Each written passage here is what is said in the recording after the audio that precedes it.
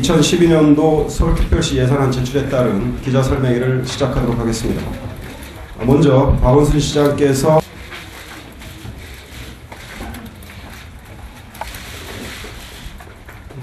존경하고 사랑하는 서울시민 여러분, 반갑습니다. 서울시장 박원순입니다.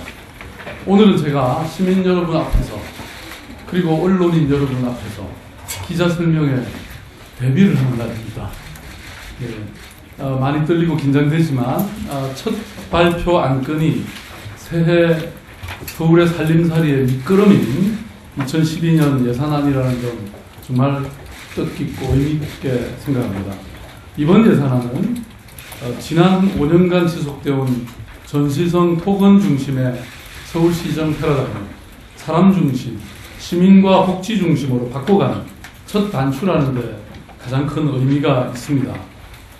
서울시장 박원순을 통해 간절히 이루고자 하는 그 변화의 열망을 이번 2012년도 서울시 예산안에 최대한 담기 위해서 저희 공무원들과 밤을 지새우면서 머리를 맞댔습니다.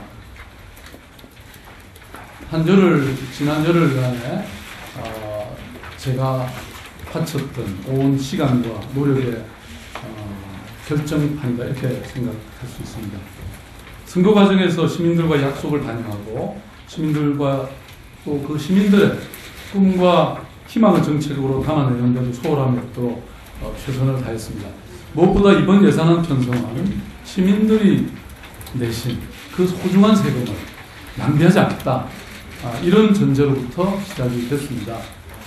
물리적인 시간 부족으로 100% 완성도 있는 예산안이 만들어지지 못한 것은 참 아쉽습니다. 그렇지만 부족한 부분은 또 시의회 예산 심의 과정과 내년도 추경 등을 통해서 보완해 가도록 그렇게 하겠습니다. 그러면 지금부터 내년도 예산안의 핵심 내용에 대해서 설명을 드리도록 하겠습니다.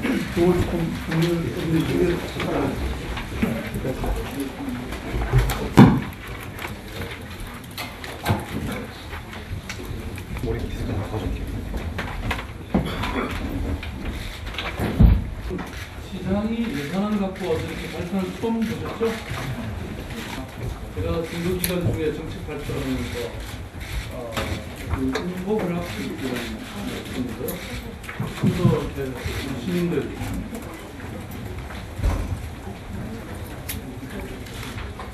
시민들이 또 기자 여러분들이 좀 더 이해하기 쉽게 이렇게 제가 정리해달라고 부탁을 특별히 드렸습니다. 기자 여러분들 또 시민 여러분들이 내년에 2012년에 서울시 예산을 정확히 다 보실 수 있을 거라고 생각합니다. 우선 보시면 통계 기준으로 21조 7,900억, 순계로 따지면 19조 8,900억이 됩니다만 이 통계 기준으로 5.9% 정도 예산이 늘었습니다.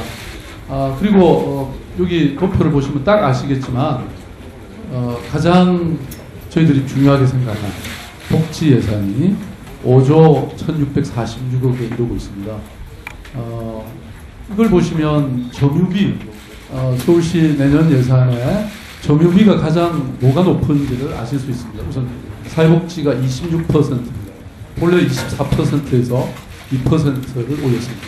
제 공약 사항이 2014년까지 30%니까 이 정도면 달성 가능하다고 생각이 됩니다.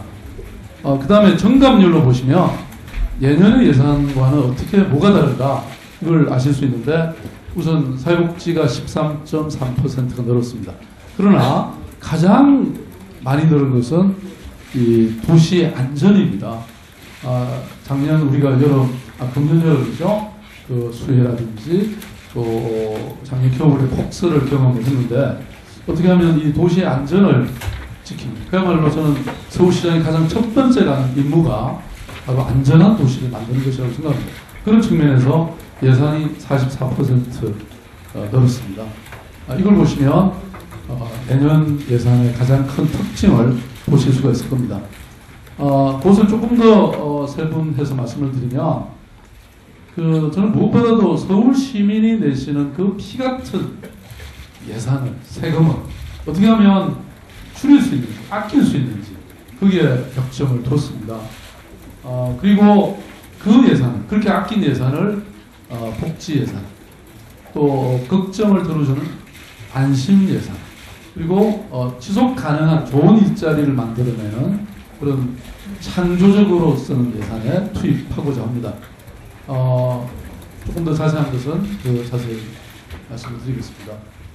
무엇보다도 저는 알뜰 예산을 위해서 여러 가지 고민을 많이 했습니다. 기존에 있는 아까 말씀드렸던 전시성, 또 토건성 예산 어떻게 줄일 수 있을까 고민을 많이 했는데, 여기 보시면 이런 큰 사업들이 지금 대체로 중단이 되거나 유보가 됐습니다.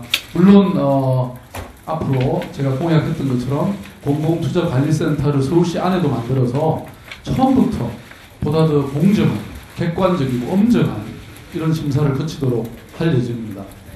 그 다음에 대규모 건축 사업은 운영비 부담이 최소화되도록 운영계획을 재검토할 필요가 있었습니다. 그래서 이것을 유지하더라도 그 재검토하는 시간적 여유를 가지도록 그렇게 사업을 조정했습니다. 여러분 잘 아시는 동대문 역사문화공원 DDP라고 하는 이런 쪽도 사업 규모를 조금 줄여서 이것이 진행될 수밖에 없긴 하지만 그것을 정말 온전하고 또 시민들에게 도움이 되는 그런 방향으로 이 내용을 잘 가다듬기 위해서 저희들이 사업을 좀 조정됐습니다.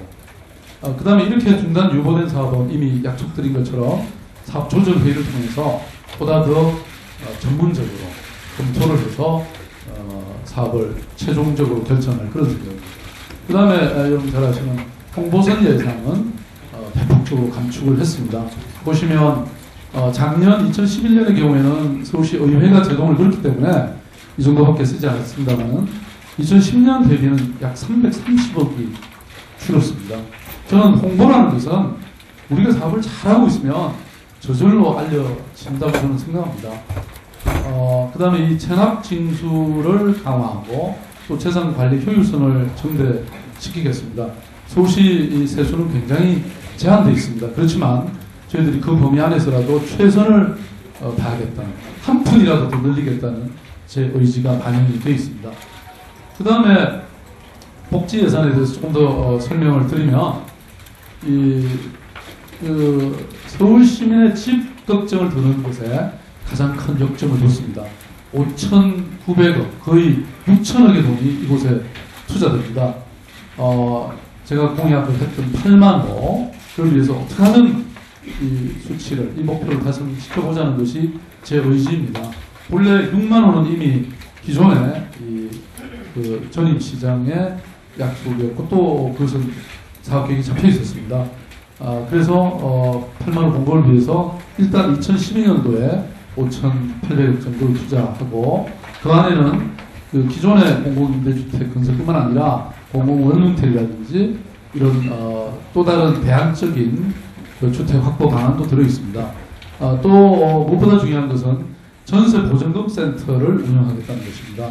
사실 실제적으로 보면 이 많은 시민들이 이사 시기의 불일치 때문에 집주인이나 임차인이나 다 고통을 겪고 있는 것입니다. 그래서 이것을 저희들이 200억 원을 투자해서 또 이미 그 서울시립대 반값 등록금으로부터 시작되는 들어주는 이런 쪽에 276억의 대출이자 부담 경감을 위한 이자 지원과 또 장학사업 발표가 됐습니다만 부산도시를 전면 시행하는데 1,000억 정도의 예산이 배치되어 있습니다.